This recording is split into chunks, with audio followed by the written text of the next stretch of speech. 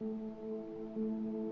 world has come to a stop due to COVID-19 or the coronavirus, originating from Wuhan, China. The virus has raged throughout the world, affecting millions of people and their livelihood. But what really makes the virus this dangerous? COVID is able to attack our respiratory systems, making us vulnerable to pneumonia, which is very similar to the bacteria Legionella. Legionella can affect humans through the Pontiac fever or Legionnaires disease, which also leads to pneumonia. Legionella got its name from its first outbreak in 1976 at a hotel holding the convention for the Pennsylvania Department of the American Legion, where 234 people were infected and 34 died. The bacteria entered when their lungs got exposed to contaminated mist or water. The symptoms shown were malaise, mild aches, high fevers, and chills. Most patients suffering from pneumonia had acute alveolar damage in the lungs.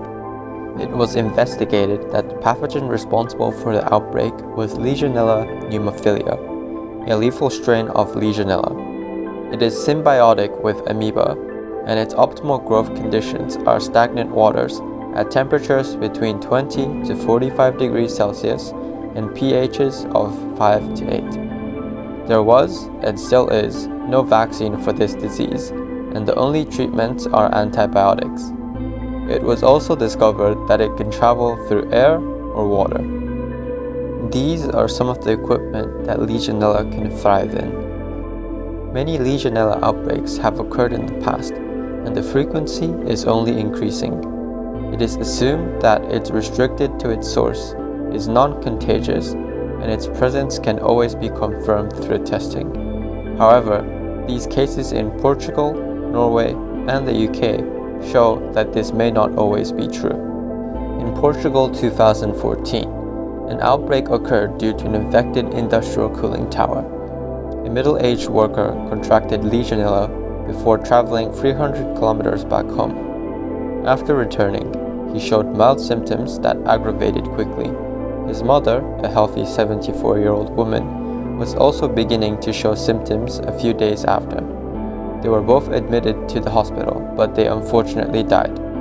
Testings of their urine samples showed that they carried the same Legionella as that of the outbreak of the cooling tower. The movements of the mother were tracked and the residents tested, but there was no sign of her contracting Legionella anywhere through any direct contact.